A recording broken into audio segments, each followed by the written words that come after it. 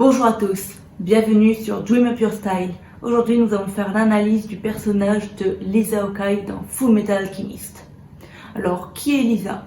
Lisa est une femme plutôt stricte et sérieuse, notamment au boulot.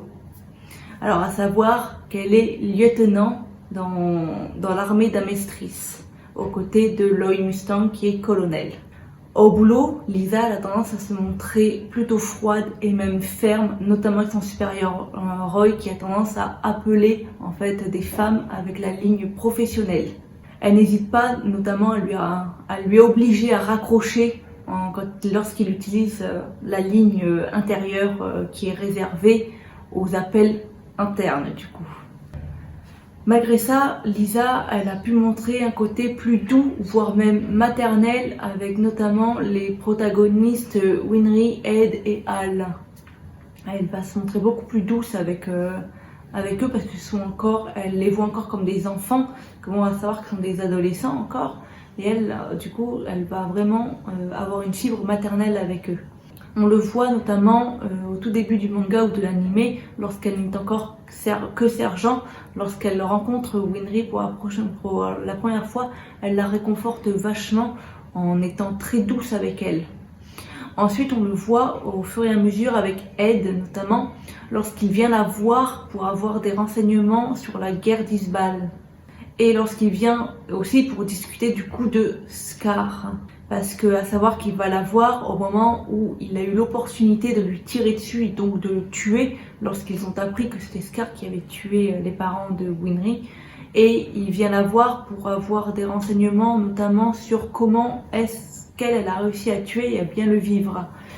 Et parce qu'il a été incapable de tuer pour elle. Et là, on va voir aussi sa clairvoyance à Lisa parce qu'elle va voir que Ed est amoureux de Winry et depuis un certain moment, alors qu'Ed lui-même ne s'en était même pas rendu compte. I couldn't pull the trigger. It's pathetic, huh? If I I was just useless. Tell me what happened. You know, Scar, I found out he murdered Winry's parents. She could have shot him. But deep down, I knew that would be wrong. And all of a sudden, that gun seemed like something evil. Next thing I knew, I stopped her. But I honestly think she would have shot him if I hadn't been there. She could hardly stop crying once I got the gun away.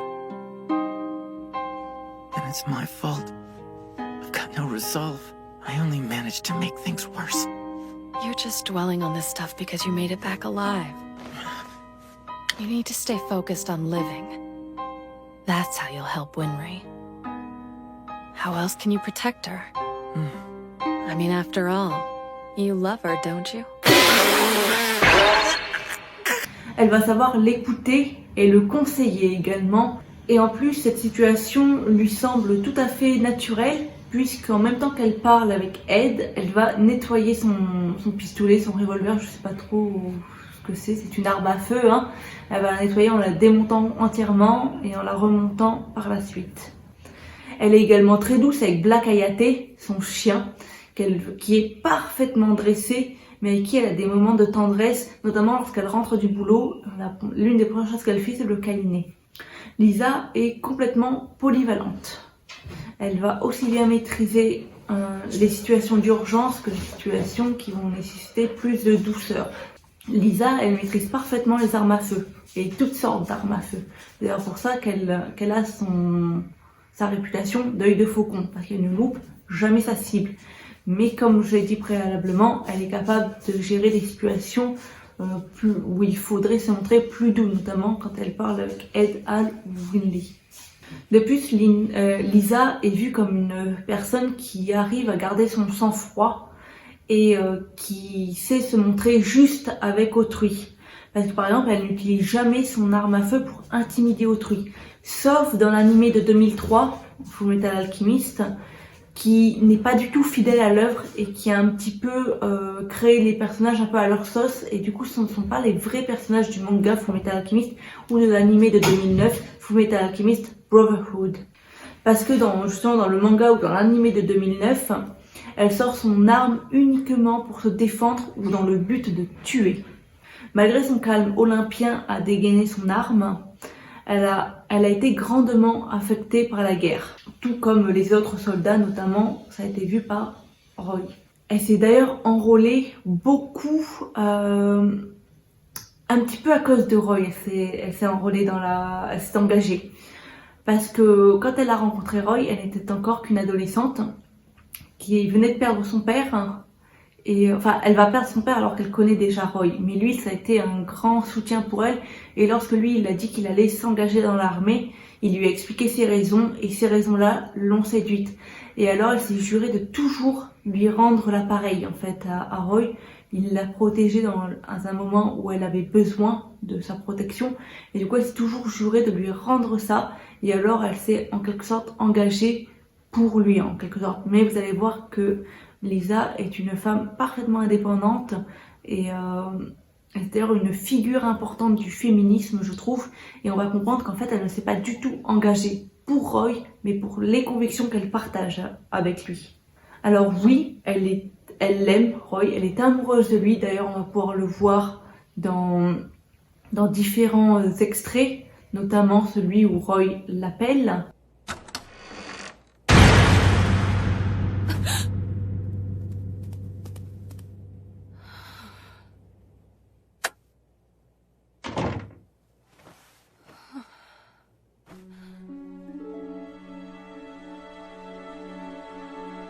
No matter where you are, I will be watching you from the shadows.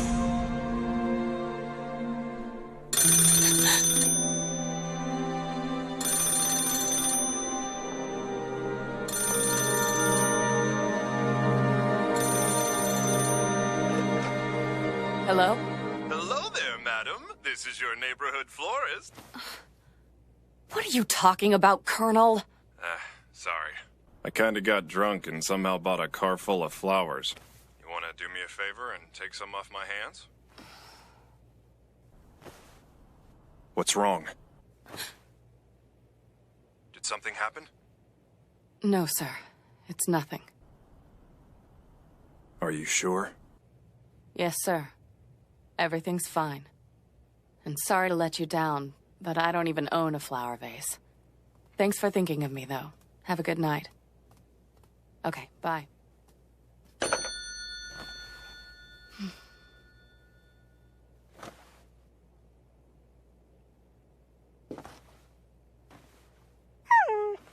It's amazing how uncanny his timing is.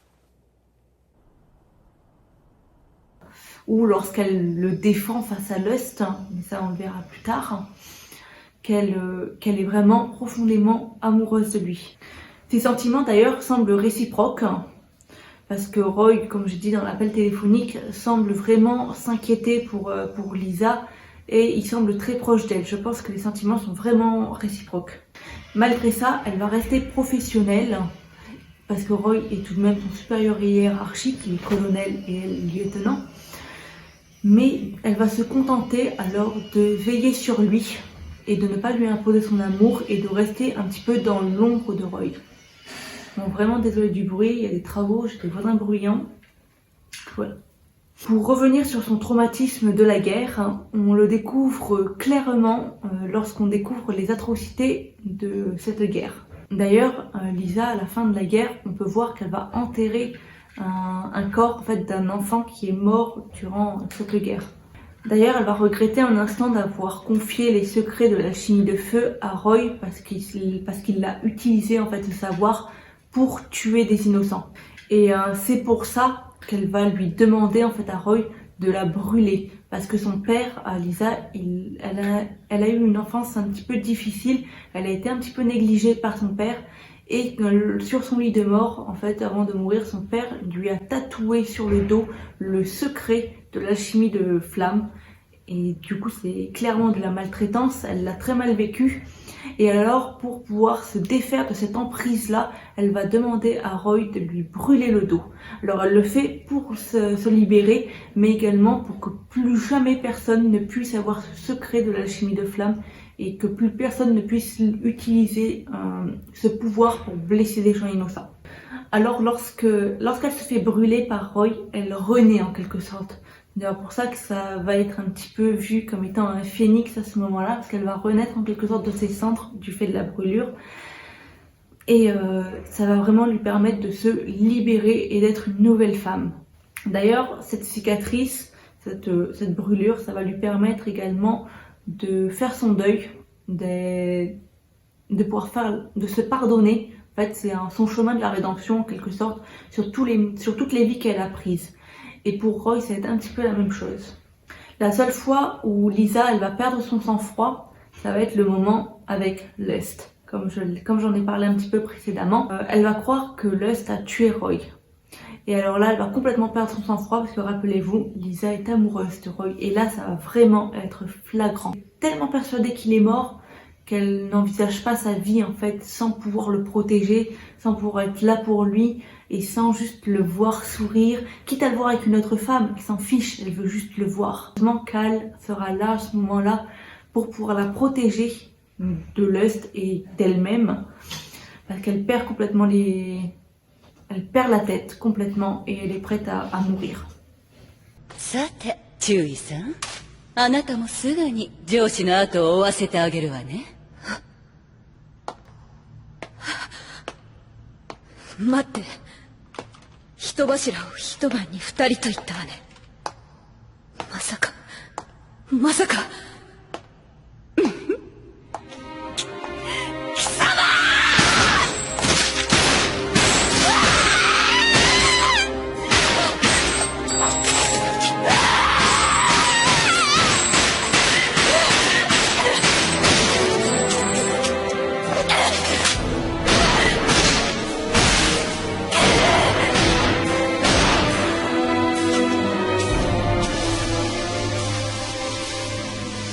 終わり。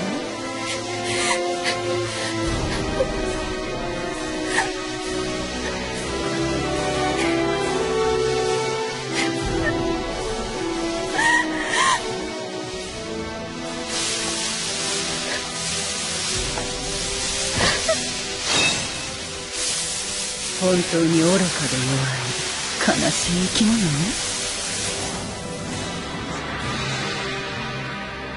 注意。立って逃げるんだ。先に行きたいの？残念だわ。人柱確定なのに。アルフォンス君、私を置いて逃げなさい。嫌だ。逃げなさい。嫌だ。あなただけでは嫌なんだよ。誰も殺させない。守ってみせる。Malgré ça, Lisa, c'est une excellente stratège qui sait très bien maîtriser ses émotions, sauf là, à ce moment-là où elle a vraiment pété les plombs. À tel point qu'elle réussira à faire croire à tout le monde qu'elle est en froid contre Roy lorsque tout le monde pensera que Roy a tué, il me semble que c'est Maria son prénom. Vous savez, celle qui a les cheveux courts et qui a le crâne beauté ici, et tout le monde pense que c'est elle qui a tué Maesius. Voilà. Alors Roy fait genre qu'il la brûle et tout le monde pensera que Roy l'a violemment tuée. Du coup, Lisa est l'une des seules à être au courant, et avec toute l'équipe de Roy bien entendu, ils sont tous au courant. Et elle va réussir à faire croire à tout le monde qu'elle est en froid avec son colonel du coup. Bien entendu, stratège, ça rime avec intelligence. Alors oui, Lisa est un personnage extrêmement intelligent, réussissant à faire passer un message codé à Roy pour lui dire que le jeune fils du généralissime est en fait Pride, un homunculus. Elle est également très intuitive parce qu'elle va savoir que c'est un homunculus parce qu'elle va penser que, en fait, elle va sentir le danger dans son dos. Et du coup, elle va se retourner et quand elle va le voir, elle aura peur. Elle ressentira vraiment de la peur. Et ensuite, lui, il va venir la menacer et compagnie. Bon, ça, on verra dans l'extrait que je mets juste là. I appreciate. Salim, shouldn't you be in bed? I was, but then I heard the door. I thought that it might be Father coming home. This is your father's assistant, Lieutenant Hawkeye. He's the pride of my life. I know it's impolite to brag about my son, but that shouldn't apply since he's adopted. I really shouldn't act so surprised, though. He is related to my husband, so he must have some of his genes. He's not related to you? Oh no.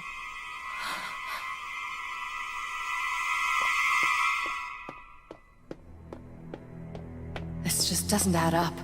The Colonel told me that King Bradley was raised as a test subject. He doesn't have any family.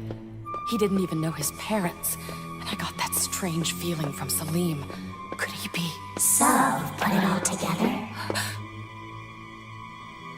All thanks to my stepmother. She just doesn't know how to shut up. But you. Your baleful presence also gave you away. I recognized it somehow. But I'm just now realizing why. It's the same bloodlust I felt when Gluttony tried to attack me from behind. So, Salim Bradley, what exactly is your true identity? You've got some nerve to ask me a question like that, considering the circumstance.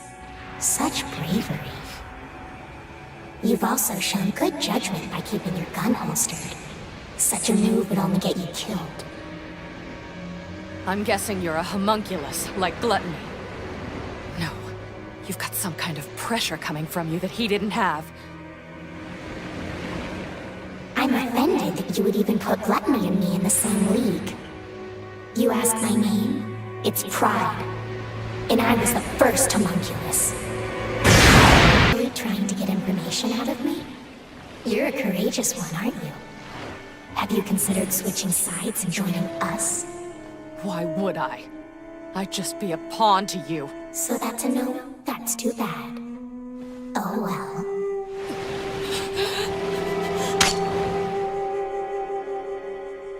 Are you trying to humor me with your empty threats?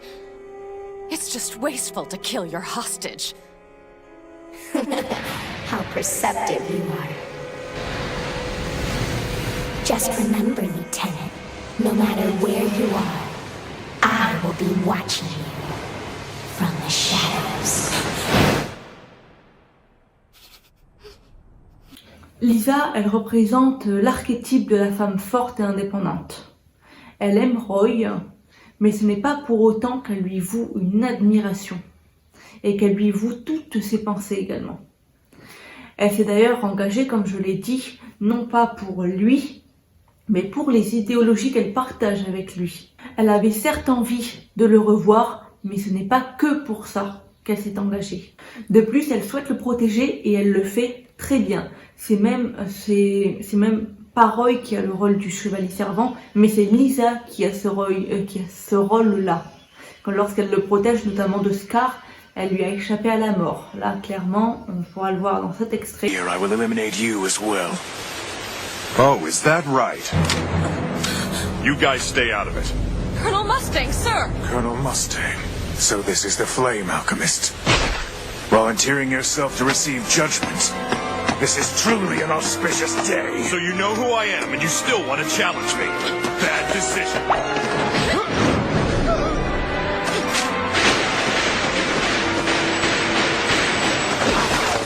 Hey, Hawkeye, what the hell did you do that for? You know as well as I do, you're useless on rainy days. Please stay back.